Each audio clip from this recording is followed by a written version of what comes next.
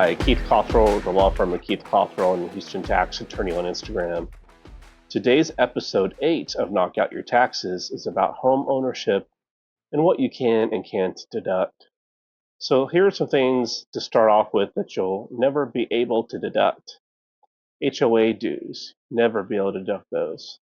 You'll never be able to deduct items that you really need to put on other parts of your schedule, so you can deduct them.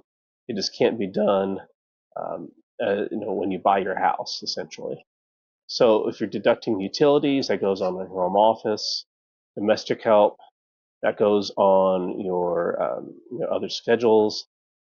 And then the other thing that you can't deduct is going to be your major improvements, like getting a new cabinet, getting a new roof, new AC unit. You can deduct it, just not in the year that you take it, the year that you expend it. So you have to wait until you sell your house, and that adjusts your basis. So what can you deduct? Mortgage interest with a loan of $750,000 or under. You can have a second home on that, but it's not a second $750,000. It's just all combined into one mortgage interest deal. And then also your real estate taxes of $10,000. That's you're capped at that. So it doesn't matter how much your taxes are, you're capped at it. So that's all I have for this episode of episode 8 of Knock Out Your Taxes. Thank you and have a good day.